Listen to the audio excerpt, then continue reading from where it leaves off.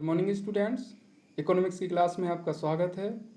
अभी तक हम पढ़ रहे थे some basic concept of macro economics, उसको हम कंटिन्यू करेंगे। और आज का जो हमारा पहला कॉन्सेप्ट है वो है डेप्रिसिएशन, यानी इसको हिंदी में हम मूल्यह्रास बोलते हैं। सबसे पहले इसकी हम डिफिनेशन समझेंगे। It refers to fall in the value of fix asset due to normal wear and tear, passage of time of expected obsolescence. इसका मतलब है कि जो स्थिर परिसंपत्तियां होती हैं जैसे मशीनें, उनके मूल्य में कमी आ जाती है। किसके कारण? सामान टूट फूट की वजह से, पैसेज ऑफ टाइम समय के साथ, जैसे बारिश वगैरह, आंधी तूफान, इनसे भी हो जाता है उसमें नुकसान। और एक्सपेक्टेड ऑब्सोलेसेंस यानी प्रत्याशित अप्रचलन, जो टेक्नोलॉजी अब चलन में होती है वो अब चलन में नहीं रह पाती है, यानी वो चलन से बाहर हो जाती है, तो भी संबंधित मशीनों में नुकसान होता है। तो इन चीज़ों से आपका क्या होता है? डेप्रिसिएशन होता है, मूल्यह्रास होता है। तो मूल्यह्रास का यहाँ मतलब हुआ कि जो स्थिर परिसंपत्ति हैं उनमें टूट फूट के कारण, समय के साथ और प्रत्याशित प्रचलन की वजह से जो नुकसान आ जाता है उसी को हम मूल्यह्रास डेप्रिसिएशन बोलते हैं। अब हम इसको समझेंगे कि मूल्यह्रास क्यों जरूरी है। तो जो सकल मूल्य होता है और शुद्ध मूल्य होता है, यानी ग्रॉस वैल्यू और नेट वैल्यू, इन दोनों वैल्यू को समझने के लिए हमें डेप्रिसिएशन समझना बहुत ज़रूरी है। जब हम ग्रॉस वैल्यू में डेप्रिसिएशन को माइनस कर देते हैं तो हमें जो प्राप्त होती है वो नेट वैल्यू प्राप्त होती है, शुद्ध मूल्य प्राप्त होता है। और जब हम नेट वैल्यू में डेप्रिसिएशन को प्लस कर देते हैं तो हमें कौन सी वैल्यू प्राप्त होती है? ग्रॉस वैल्यू प्राप्त होती है। डेप्रिसिएशन को और भी अन्य नामों से जाना जाता है जो इस प्रकार है। कंजम्पशन ऑफ फिक्स कैपिटल, यानी स्थिर जो पूंजी है उसका उपभोग। करेंट रिप्लेसमेंट कॉस्ट, वर्तमान प्रतिस्थापन लागत। और तीसरा है आपका replacement cost of fixed capital, यानी जो स्थिर पूंजी है उसको प्रतिस्थापन करने में जो लागत आ रही है वो। और चौथा है आपका कैपिटल कंजम्पशन अलाउंस, यानी पूंजी जो है, पूंजी का उपभोग हो रहा है उसके लिए अलाउंस। तो ये चार इसके नाम हैं। अब इसके आगे हम पढ़ते हैं। सबसे पहले हम बात करते हैं कि हम किसी मशीन का जो मूल्यह्रास हुआ है वो कैसे पता लगा सकते हैं कि उसकी मूल्य में प्रति वर्ष कितने की कमी आ रही है। तो उसके लिए एक फॉर्मूला है और वो फॉर्मूला आपकी स्क्रीन पे दिख रहा है, इसको हम समझते हैं। ये है डेप्रिसिएशन पर ईयर, यानी किसका डेप्रिसिएशन? ये एक मशीन का। तो एक मशीन का इस प्रकार से हम डेप्रिसिएशन निकालते हैं इस फॉर्मूले से। Equal to cost of asset, यानी वो कितने में खरीदी गई है, estimated scrap value minus estimated scrap value, यानी वो जब उसकी लाइफ खत्म हो जाएगी तो वो कितने रुपए में बिकेगी उसका कबाड़। और उसको अपॉन में हम क्या कर देंगे? Estimated life of the asset, यानी ये कितने साल तक चलेगी। तो ये एक एग्जाम्पल के माध्यम से हम इसको समझते हैं। एग्जाम्पल है, F A machine is purchase for 20 lakh and is expected to realize a residual scrap value of 2 lakh after it estimated life of 10 year then depreciation per year। यानी इसका मतलब ये है कि एक मशीन 20 लाख में अभी खरीदी गई है और उसकी आयु हमने मानी है 10 साल, और जब वो खत्म हो जाएगी मशीन तो उसको जो कबाड़ बनेगा वो 2 लाख के बराबर बनेगा, तब हम उसका डेप्रिसिएशन पर ईयर पता कर सकते हैं। तो यहाँ हम देखते हैं कि जो 20 लाख यहाँ लिख दिए आपने और माइनस कर दिया 2 लाख और अपॉन में कितना कर दिया 10 ईयर, तो जो हमें प्राप्त हुई वैल्यू वो प्राप्त हुई है 1,80,000, 1,80,000। तो इस प्रकार से इस मशीन की जो वैल्यू होगी कम होगी हर साल, वो कितने के बराबर होगी? 1,80,000 के बराबर होगी। वही इसका मूल्यह्रास है। अब इसके जो मूल्यह्रास होता है उसके क्या कारण है, तो हम कारणों को समझते हैं। तो इसके तीन मुख्य कारण हैं। जो सबसे आपका पहला कारण है वो कौन है? नॉर्मल बियर एंड टियर, जो हमने डिफिनीशन में देखा था। और ये समय जब मशीन चलती रहती है तो उसमें टूट फूट हो जाती है और जिसकी वजह से उसके मूल्य में नुकसान होता है, उसको हम नॉर्मल बियर एंड टियर बोलते हैं।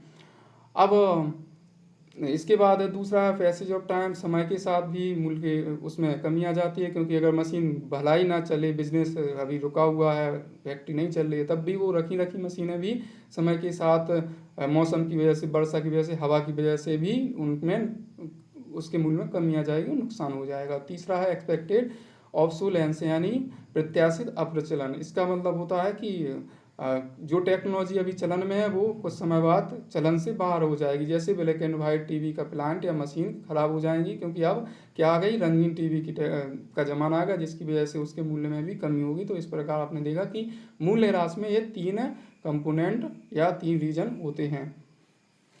अब और आगे हम देखते हैं, ये अब हमारा जो अगला कॉन्सेप्ट है वो है ए नेट इनडायरेक्ट टैक्स। इसको हिंदी में बोलते हैं शुद्ध अप्रत्यक्ष कर, और शॉर्ट फॉर्म इसका है NIT यानी नेट। तो इसको समझते हैं। It refers to the difference between direct indirect tax and subsidies. ये किसका अंतर होता है, जो आपका अप्रत्यक्ष कर है, इनडायरेक्ट टैक्स है, और जो सब्सिडी जो सहायकी है जो गवर्नमेंट द्वारा दी जाती है, तो उसका अंतर को हम किस नाम से जानते हैं, नेट इनडायरेक्ट टैक्स, शुद्ध अप्रत्यक्ष कर के नाम से जानते हैं। जो अब इसके जो कंपोनेंट हैं यानी इनडायरेक्ट टैक्स और सब्सिडी, तो इनको सबसे पहले समझ लेते हैं। इनडायरेक्ट टैक्स क्या होता है, it refers to those tax which are imposed by the government on production and sale of the goods and service. यानी ये वैसे कर होते हैं जो सरकार द्वारा लगाए जाते हैं वस्तुओं के उत्पादन जब वो बनाई जाती हैं, और क्या जब वो सेल की जाती हैं, सेल पर लगाई जाती है, गुड्स एंड सर्विस के दोनों पर। तो इनको हम क्या नाम देते हैं, इनडायरेक्ट टैक्स नाम देते हैं। जैसे एग्जांपल के लिए जीएसटी है जो आपका गुड्स एंड सर्विस टैक्स है, वो एक इनडायरेक्ट टैक्स है।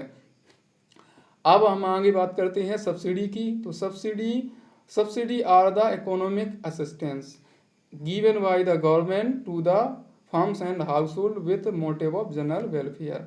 तो ये एक आर्थिक सहायता है, इकोनॉमिक असिस्टेंस है, और ये सरकार के द्वारा दी जाती है।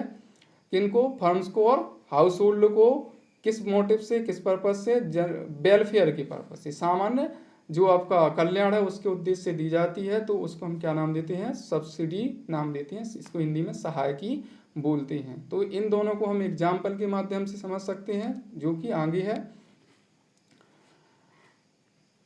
एग्जाम्पल आपका दिया हुआ है, cost of producing on mobile. मान लीजिए एक मोबाइल है और उसका उत्पादन लागत वो कितने में बनाया जा रहा है, वो 1000, यहाँ पर देखते हैं एग्जाम्पल में कितने में बनाया जा रहा है, 1000 रुपये में बनाया जा रहा है। और अगर सरकार उस पर GST कितने के बराबर लगा देती है, 10% उसके मूल्य के, तो हम तब देखते हैं कि उसकी प्राइस कितने हो जाएंगे मार्केट में, 1100 रुपये हो जाएंगे। तो यहाँ पर जो 100 रुपये की वृद्धि हुई है वो क्या है, इनडायरेक्ट टैक्स है। तो यहाँ देखने को मिलता है कि जो फैक्टर कॉस्ट होती है वो जो आपका 1000 है, उसमें अगर हम इनडायरेक्ट टैक्स को जोड़ देते हैं तो क्या प्राप्त हो जा रहा है हमें, मार्केट में प्राइस हो रहा है। यानी जो उत्पादक है वो अब बाजार में वस्तु 1000 रुपये की नहीं बेचेगा। वो क्यों नहीं बेचेगा, क्योंकि उसमें इनडायरेक्ट टैक्स भी लगा दिया गवर्नमेंट। तो अब जो उसकी मार्केट में प्राइस होंगे वो कितने के बराबर हो जाएंगे, 1100 के बराबर हो जाएंगे। अगला आपका जो इसी को दूसरा सब्सिडी वाला एग्जाम्पल, उसको भी समझ लेते हैं। If cost of producing on mobile, अगर उसी मोबाइल को बनाने में 1000 रुपये लग रहे हैं, बिल्कुल, और 10% की सहायता दे दी है कौन, गवर्नमेंट, तो उसके जो मार्केट में बिकने की जो कीमत होगी वो कितने की बराबर हो जाएगी, 900 रुपये की। क्यों होगी, क्योंकि 100 रुपये किसके माध्यम से प्रोड्यूसर को मिल गया है, वो मिल गया है सरकार के माध्यम से प्रोड्यूसर को मिल गया। इसकी वजह से उसकी जो फैक्टर कॉस्ट थी 1000, उससे कम में अब वो बिकेगा, सहायकी की वजह से 900 में बिकेगा मार्केट। तो हमें देखते हैं कि इन दोनों की वजह से, यानी इनडायरेक्ट टैक्स की वजह से और सब्सिडी की वजह से किसकी वैल्यू में चेंजेस आ जाते हैं, आपकी फैक्टर जो भी गुड्स होती है उनकी मार्केट वैल्यू में, मतलब उनकी कीमत में चेंज आ जाती है। अब इन दोनों को हम समझेंगे, फैक्टर कॉस्ट और मार्केट प्राइस, यानी कारक लागत और बाजार कीमत। तो सबसे पहले फैक्टर कॉस्ट को समझते हैं। और factor cost refers to amount paid to factor of production for their contribution in production process।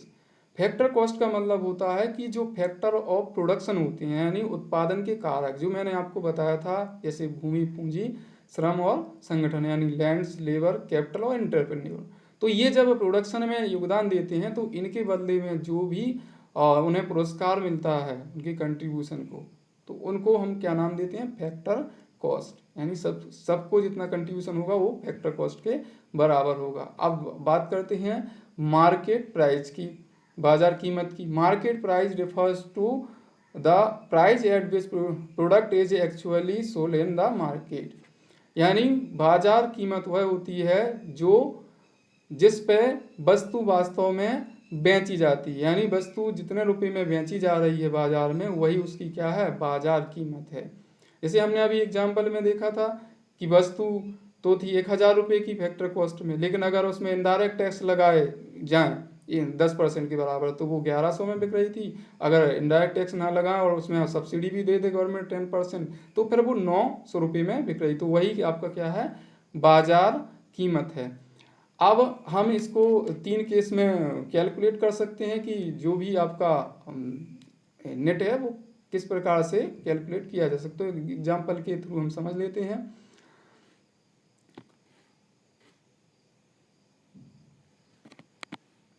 पहला केस फर्स्ट, जो आईटी का यहाँ मतलब है इनडायरेक्ट टैक्स अगर 0 है और सब्सिडी कितनी मानी है हमने, 1000 रुपये के बराबर मानी है, 1000 मानी है, तो देन नेट कितना होगा, नेट कितने के बराबर होगा, -1000 के बराबर होगा। आईटी अगर 1000 है और सब्सिडी हमने 0 मानी तो नेट कितने के बराबर होगा, 1000 के बराबर होगा।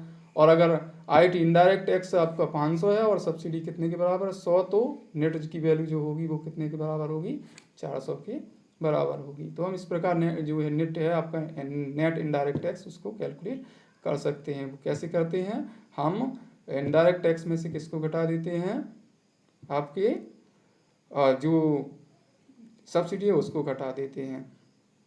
फॉर्मूले के रूप में इसको हम ऐसे भी लिख सकते हैं कि NIT यानी नेट इक्वल टू किसके बराबर, फैक्टर कॉस्ट और प्लस आपका NIT, तो हमें क्या प्राप्त हो जाएगा, जो आपकी ग्रॉस वैल्यू वो पता चल जाएगी। इसको यहाँ पर देख सकते हैं, अगर हम मार्केट प्राइस में बाजार कीमत में किसको घटा दें, नेट को घटा दें, तो हमें क्या प्राप्त हो जाता है, फैक्टर कॉस्ट, कारक लागत प्राप्त हो जाएगा। अगर कारक लागत में हम NIT को जोड़ दें तो हमें क्या पता चल जाता है, मार्केट प्राइस। यानी मार्केट प्राइस में जब हम मार्केट प्राइस को हमें पता करना है तो फैक्टर कॉस्ट में हम नेट को जोड़ते हैं, और नेट पता है आपको कैसे निकालते हैं, नेट निकालते हैं आप इनडायरेक्ट टैक्स माइनस सब्सिडी से। अब अगला जो हमारा कॉन्सेप्ट है वो है net factor income from abroad. इसको शॉर्ट फॉर्म में क्या बोलते हैं, NFIA, यानी इसको हिंदी में कहते हैं शुद्ध कारक आय, कहाँ से, विदेशों से, विदेशों से शुद्ध कारक आय। तो इसको समझते हैं, net factor income from abroad refers to the difference between factor income receive from the rest of the world and factor income paid to the rest of the world. तो ये प्राप्त होती है किस प्रकार, ये प्राप्त होती है कि हमने जो फैक्टर इनकम है, यानी फैक्टर इनकम मतलब हमारे नॉर्मल रेजिडेंट हैं जो 1 साल से कम के लिए बाहर रह रहे हैं, उनके द्वारा कितना विदेशों में कमाया, और जो गैर निवासी हैं यहाँ रह रहे हैं, जो हमारे यहाँ के नॉर्मल रेजिडेंट नहीं हैं, विदेशों के हैं, उन्होंने यहाँ कितना कमाया। तो जो बाहर से हमारे निवासियों ने कमाया उनसे हम विदेशियों की जो वैल्यू है उन्होंने जितना कमाया उसको माइनस कर देंगे, तो हमें पता चल जाएगा कि शुद्ध रूप से हमारी कारक आय कितनी है। कारक आय का पहले ही मैंने बता दिया कि जो फैक्टर ऑफ प्रोडक्शन होते हैं और उत्पादन में जो कंट्रीब्यूशन करते हैं उनके वो मिलने वाले पारिश्रमिक को हम कारक आय या फैक्टर इनकम कहते हैं। तो इसका फॉर्मूले के थ्रू भी हम समझ सकते हैं, NFIA। तो ये है फैक्टर इनकम फ्रॉम एब्रॉड, यानी फीफा इसको शॉर्ट में बोल सकते हैं, minus factor income to abroad, यानी विदेशों से कारक आय कितनी मिल रही है और विदेशों को हम कितनी दे रहे हैं। तो जो शुद्ध अंतर होगा वो किसके बराबर होगा, NFIA, यानी net factor income from abroad के बराबर। अब बात करते हैं कि इसका क्या सिग्निफिकेंस है, ये क्यों हमारे लिए महत्वपूर्ण है, तो बात कर लेते हैं।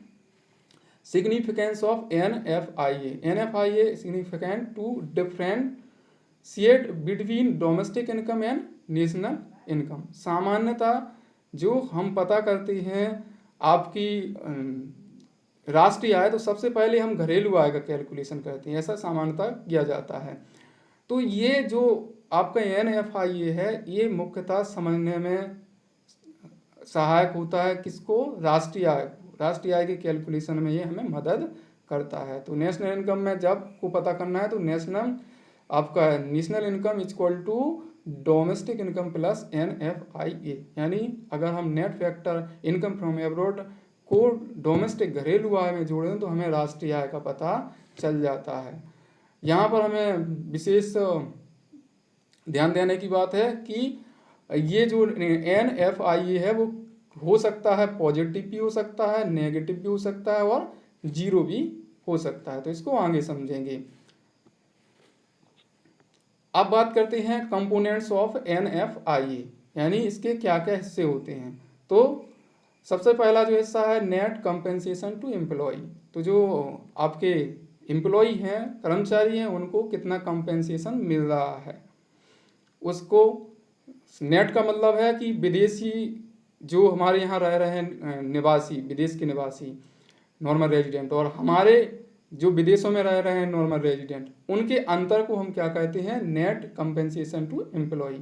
इसी प्रकार दूसरा है आपका net income from property and entrepreneur, तो जो संपत्ति और उद्यमिता से भी इनकम प्राप्त हो रही है। हमारे जो नॉर्मल रेजिडेंट हैं वो विदेशों में कुछ कमा रहे हैं और विदेशियों की नॉर्मल रेजिडेंट हमारे देश में कमाए, तो इनका जो डिफरेंस आएगा वो आपका कहलाएगा net income from property and entrepreneur. और तीसरा जो इसका कंपोनेंट है वो है नेट रिटेनिंग अर्निंग। इसका मतलब होता है जो कंपनी होती हैं तो वो निगम कर यानी कॉर्पोरेट टैक्स और डिविडेंड लाभांश देने के बाद कुछ हिस्सा अपने पास रख लेती हैं, तो जो हिस्सा जो पास रखा होता है उसको रिटेनिंग अर्निंग बोला जाता है।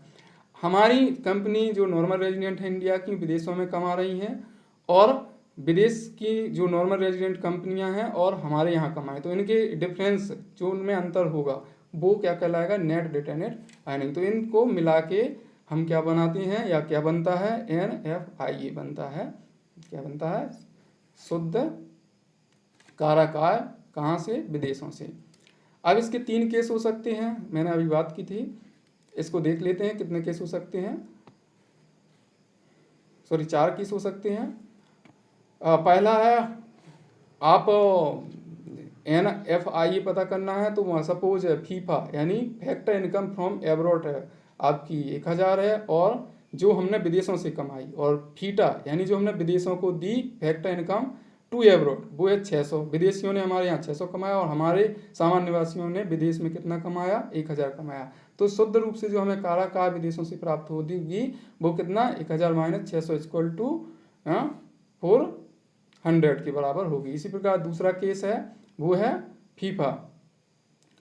फीफा आपने जो लिया है वो 500 लिया है, और आपका फीटा जो लिया है वो कितने के बराबर लिया है आपने? अब माइनस ये आपने लिया है 1200 के बराबर लिया है।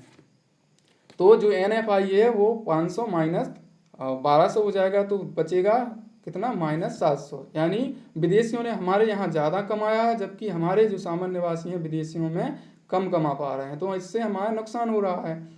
और भी इस तरह से भी दिखाया जा सकता है इसको NFIA को। इसमें देख सकते हैं अगर इस प्रकार से लिखा है कि फैक्टर इनकम टू एब्रॉड, सीधे विदेशों को हमने कितनी दी? 300, तो इसका सीधा सा मतलब है कि हमने विदेशों को 300 दी, मतलब शुद्ध कारक आय हमें कितनी प्राप्त हुई? माइनस में 300 प्राप्त हुई। क्यों? क्योंकि हमने ये तो दी है विदेशों को, तो ये माइनस हो जाएगी। सपोज मान लें कि फीफा जो है वो 0 के बराबर है। अब दूसरा भी केस हो सकता है कि फीटा लिखा हो आपके क्वेश्चन में कि वो कितने के बराबर है? माइनस 300 के बराबर है। तो जब हम NFIA पता करेंगे तो वो प्लस का 300 होगा, क्योंकि जब हम माइनस में किसी को देते हैं तो इसका मतलब है रियल में हम उससे लेते हैं। तो इस प्रकार से हमें शुद्ध जो कारक आय प्राप्त होगी वो 300 के बराबर होगी। आशा करता हूँ कि ये चीज़ें आपको समझ में आएगी। धन्यवाद।